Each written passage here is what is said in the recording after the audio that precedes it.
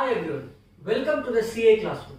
Today we will be seeing the concept of AS29, which talks about provisions, contingent liabilities and contingent assets. All the three are separate concepts. Let us understand one by one. First, what is a provision? Let us take a small example to understand the same. Let's say X Limited is selling mobile phones, or let us replace X Limited with, let us say Nokia is selling mobile phones with a 3 years warranty period. 3 years warranty. Let us say they are selling one mobile unit at rupees 20,000. So today when you go to Nokia and buy a mobile, when they sell the phone to you, let us say it is a cash sales, what entry will they pass? They will debit their bank account for 20,000 for sale of one unit of phone, and then they would credit their sales for the same amount of 20,000. However, this income will be recognized in my current financial year, but I have given a 3 years warranty. Now I might have sold this to multiple customers. I do not know, out of all the customers to whom I have sold, how many will come back to me claiming a warranty for a defect in the mobile. Now let us say there is an issue in the phone where I have to replace by giving a new mobile, then I still have to give him a new phone. I cannot predict this, and I cannot randomly say 20% of my total sales might come back for warranty. No. This involves proper estimation. You need to estimate using experts, and you need proper past trends to project for the future. It is not a simple calculation of 10 or 20%. This involves lot of experts and lot of calculations, reliable computation to know how much of the sales might come back to me within the next 3 years to claim a warranty.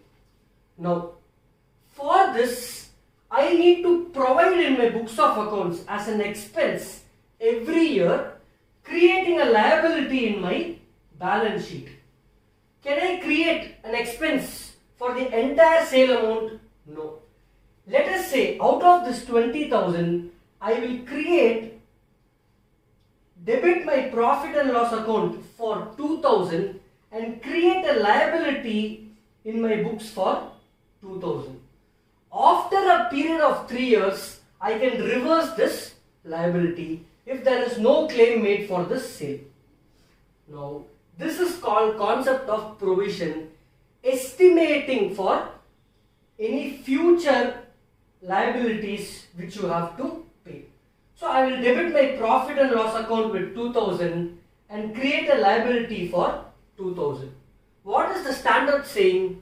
Whenever you make a provision, please give in your notes to accounts a reasonable basis as to how you have determined how much of provision is to be created.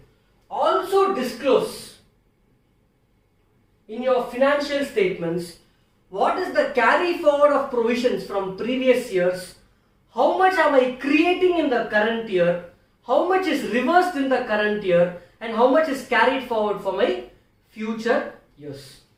To create a provision, you need to debit my profit and loss account and credit my liabilities. In the previous section, we have understood what is a provision with an example. Now let us see how AS29 defines a provision. First, understand provision is not equal to an accrual. What is an accrual? Rent payable, I have still not paid, so I am creating an accrual.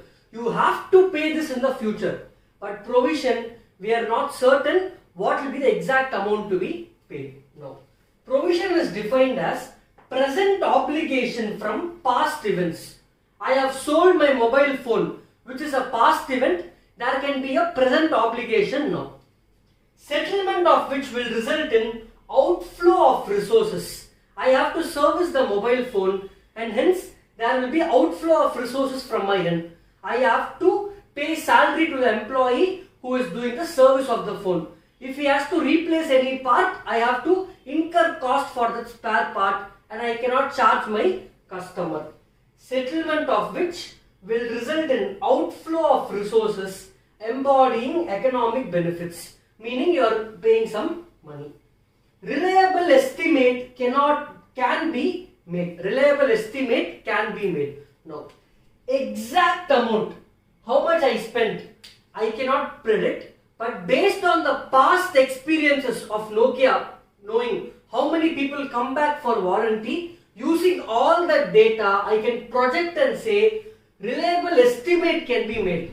Approximately 20% might come back for warranty. You can make a reliable estimate. Only if these conditions are met, I can account for a provision. Another example for a provision. Trade receivables. Let's say I sold for 5 lakhs. I do not know will I recover entire 5 lakhs. Present obligation from past events. So this is about provisions. Now let us look at contingent liabilities. How the standard defines contingent liabilities is similar to provisions but with a small change. Contingent liability is defined as present obligation from past events, settlement of which for provision will result in outflow of resources. Here, settlement of which may result. We are not sure if there will be outflow of resources and or.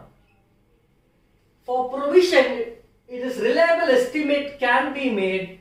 Here, reliable estimate cannot be made. Reliable estimate cannot be made for a contingent liability. Classic example of a contingent liability. There is a case against a company. Say my company is X Limited. One customer has filed a case against me for dissatisfaction in the service provided by the company. Case is pending in the High Court. I do not know if I will win the case or the consumer will win the case.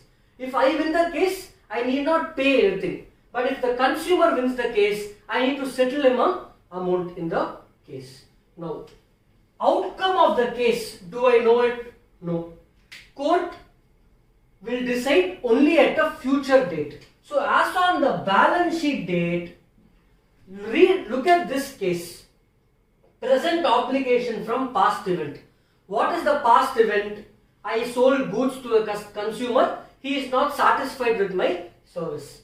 Settlement of which may result in outflow. May result in outflow. Now, only if I lose the case, I have to settle him. Otherwise, I need not make any settlement to him. Reliable estimate cannot be made. Can I predict the case outcome? No. You do not know what will be the case outcome. So these kind of cases is a contingent liability. Where do I disclose my contingent liability? I will not create a provision. However, below my balance sheet, I will show a note showing this is the contingent liability, possible future liability. Very simple, leave all these definitions. In layman's term, what is a contingent liability? This is possible future liability, but I am not sure if it's going to actually become a liability or not. Hence, I am showing it as a note in my financial statements and not touching my profit and loss account and balance sheet. In the previous section, we had seen what is contingent liability. Another important point to note in contingent liability, what the standard says is, it is a possible obligation, court case. Only if I lose, I have to make the payment. The occurrence or non-occurrence of it is not within the control of the company. I do not control the outcome of the case. Also, here settlement of which it will not result in any outflow of embodying benefits. This is about contingent liabilities. Now let us move to contingent asset. In the previous section, we had discussed what a contingent liability was. Now let us see what is a contingent asset. Standard defines it as possible obligation which may occur due to past events. This is a standard line which will be there in all your items. Next, the realization. Now, contingent asset means I am going to receive something. So the realization depends on occurrence or non-occurrence of one or more future events not within the control of the organization.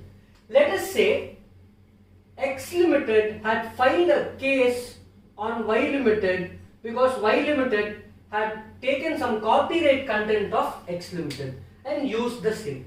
Now, if X Limited wins the case, Y Limited will settle X Limited 2 crores as compensation. Now, the realization of 2 crores depends on occurrence, winning the case, or non-occurrence. Now, occurrence is this example. Non-occurrence, I'll give you another example. The realization of 2 crores depends on occurrence, that means I have to win the case, of one or more future events not within the control of the organization. Now, what example can we take for non-occurrence? Let's say X has put his money in a lottery. Now, for him to win, realization depends on non-occurrence, meaning other people in the lottery should not win, only then he will win the lottery. Then one or more future events not within the control of the organization. Now, any contingent asset, remember the first concept of prudence, account only for future known losses, you cannot account for known future gains. Here, they are not sure if the future realization will actually come to them or not. Hence, we will not account this in the books of accounts. What we will do is, we will give a disclosure in the director's report that there is a contingent asset in the business. Now, let us look at the last concept in AS 29 called onerous contracts and how to account for them. What is this? Let us take a small example. Let us say L&T has entered into a contract with X Limited for construction of a building. In the contract, they are already signed in the contract that this entire construction should get over within 100 crores in a period of 5 years. This is the contract. But however, after a period of 3 years, the costs have gone so up that L&T has to put their own money to construct this building, and 100 crores is not enough and they have to spend more. Now let us say cost of completing the contract will cost them totally 120 crores against the benefit of 100 crores. This is an onerous contract, that is, cost of completing the contract is more than the benefit you get from the contract, so you have to spend more money. Let us say other option. He can exit this contract by paying a fixed amount. Let's say he has already spent 90 crores now. X Limited is saying, you can exit the contract and go away if you pay me a compensation of 15 crores to exit or terminate the contract. Then how much will be his total expenses? Already spent 90. To exit he has to spend 15. So he will be spending 105 crores, which is still more than the benefit. So how to check if a contract is onerous? That means to complete the contract or to exit the contract, you will be spending more than the benefit out of the contract. So first you have to compare cost that I will incur if I complete the contract or cost that I have to incur if I am going to exit the contract. Choose whichever is lower. I will choose this 105. Compare this with the benefit of the contract. You will still be incurring extra cost, and hence this will be an onerous contract. How do I account for this?